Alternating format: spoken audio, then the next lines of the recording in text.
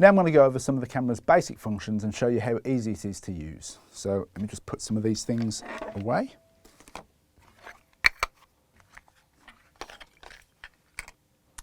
First things first, let's turn it on. The power switch is here on the mode dial. To turn it on, you just put this lever into that position there, and that's for still photography. And then if you want to record video, you switch it up to the next one, this small little camera icon here. You can take photos in video mode, but they'll have a 16:9 aspect ratio like your video footage, rather than the 3:2 ratio that's most typical when you're using a camera like this. Aspect ratio refers to the shape of your photo. 16:9 is a wider rectangle than the 3:2. As we're going to talk about taking photos first, let's leave the power switch in the on position. The mode dial next to the power switch allows you to select what kind of help you're going to get from the camera, whether you're taking photographs or shooting video. You twist it around like this, lining up the mode that you want with this white line here. For now, let's leave it in auto. So if I dial it around to A, this green A stands for auto, or as Canon calls it, Scene Intelligent Auto. I'll talk more about these different modes later on in this video. Once you've selected auto mode, go down to the lens here and make sure that you've got autofocus selected. AF stands for autofocus and MF stands for manual focus. By doing this, you're setting the camera into full auto mode, which means that you can just point and shoot the camera and it will do its best to focus and expose your image correctly. Once you've turned the camera on and selected your mode, you'll want to open up the LCD monitor, which is at the back here. Before I do that, I'll just take the lens cap off. So the LCD monitor at the back is for viewing information about your images as well as the images themselves. It's also a touchscreen, and you can use it to control quite a lot of the functions on the camera, such as the exposure settings and the focus. It pulls open like this, and once it's open you can rotate it all the way around. It doesn't go 360 degrees, but it does go 180 degrees, and then once you're all the way around you can push it back into this recess here.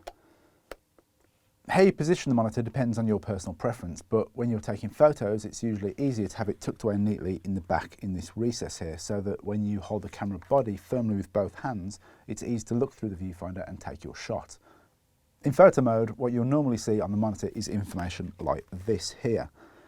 You won't see the view through your lens unless you press this button here, which is the live view button, but I'll talk more about this later on. The monitor is also used to view your images, so that when you take a photograph it'll appear on the screen for a few seconds for you to view. To look at them properly, you need to press this blue button down here with the blue arrow on it, and then that will take you into playback mode. The reason you don't see the view through the lens on your monitor is because of the design of DSLRs, which is based on traditional film cameras, which obviously didn't have LCD monitors. Traditionally, photographers would use a viewfinder here on the back to compose their shots.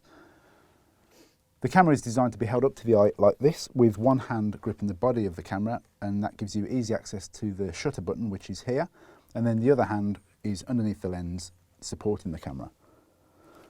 Using the viewfinder isn't just an old habit that photographers have failed to shed. There are some really important benefits to holding the camera up to your eye.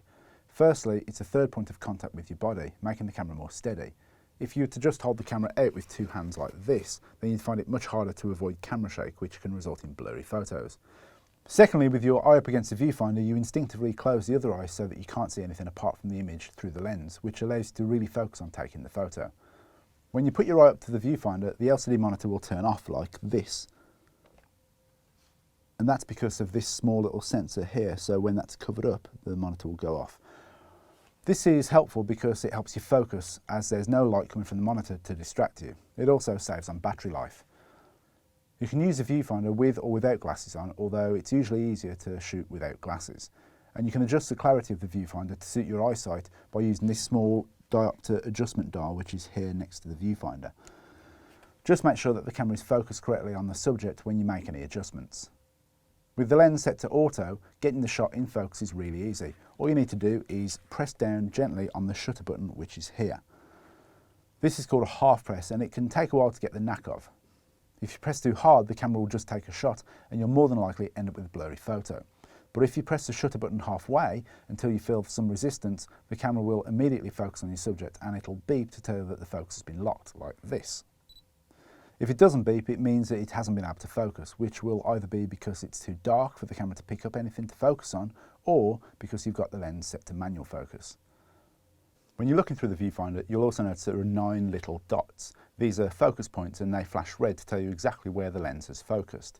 If you're finding that the camera isn't focusing on the point that you want, try adjusting the shot slightly and focusing again with a half press. So if I demonstrate that now, if I adjust the shot, focus and then shift back. Once you've got the point that you want locked in focus, keep your finger pressed halfway down on the shutter button, and by doing that the camera won't refocus.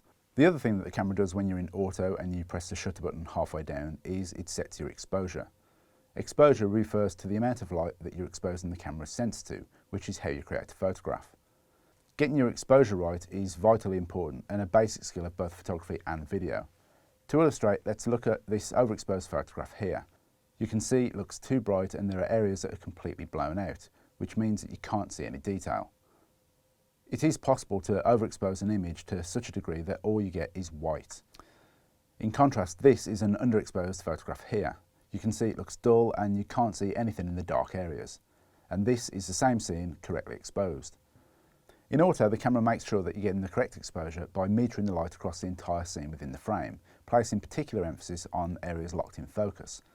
You'll notice some numbers appearing below the image, and these are telling you the exposure settings that the camera's decided upon. In auto mode, if there isn't enough light, the camera's inbuilt flash will automatically open, like this. This will add light to your scene when you're taking a photograph, but you may not like the results. I'll talk a bit about how to use the flash and how to turn it off later on in this video. So once you've got your focus and your exposure, you're all ready to take a photo. As I've already mentioned, to do that you simply press the shutter button down all the way.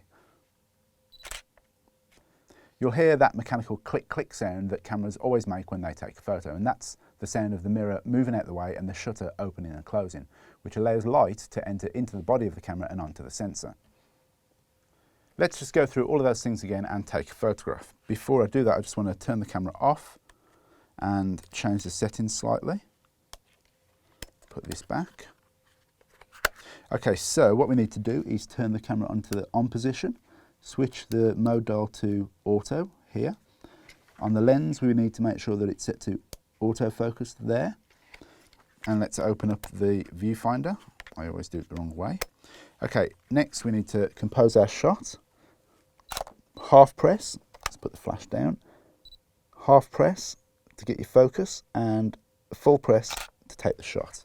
And then if I show you that, that's going to preview for a few seconds. Now, before I start talking about the more in-depth features of the camera, I just want to mention a few things about using a tripod. So let me just get a tripod here. The screw attachment on a tripod is a standard size, and pretty much every camera that you can buy has some way of attaching to a tripod, usually by fitting it on the base of the camera. On the 700D, the screw attachment fits in here, right on the bottom. So what you do, first off, you need to get the tripod plate off the tripod by opening this lever at the back. That lifts it up and that just pops off like that. And then, so if I line up the screw with the hole in the bottom of the camera, at first it might be a bit difficult to get that to grip, but once the thread is caught, it will tighten up quite nicely. Make sure that's level. And there it is, nice and tight. Okay, so now once you've got that fitted, slip the tripod plate into the tripod by just positioning it and pressing down at the back, and then that should lock into place. There you go, the camera's now attached and nice and solid on the tripod. One little tip, it's really easy to lose track of tripod camera plates. The plate should live on the tripod, so make a habit of always removing it from the camera and putting it back on the tripod when you finish using it. Using a tripod is a good way to improve the quality of both your photos and your video footage. Firstly, it helps keep the camera steady and avoid what's called camera shake. Camera shake is any unwanted movements picked up by the camera while shooting handheld. And when you're taking a photo, it can lead to blurry photos like this one. This problem is especially obvious when you're shooting in low light conditions or when you're zoomed in. When you're shooting video, camera shake results in constantly moving footage, which can be unpleasant and distracting for the viewer. The other reason a tripod helps improve the quality of what you're shooting is because it slows you down. Being slow might not suit all situations, but in general, you're going to get better images because it makes you concentrate more as you set up each shot. So let's put the tripod away. First off, let's take the plate off the camera, just by undoing it like that. Put the camera down, slot that back on, and I'll just put that over to one side. because what we're going to do now is take a more in-depth look at the camera, starting with the lens.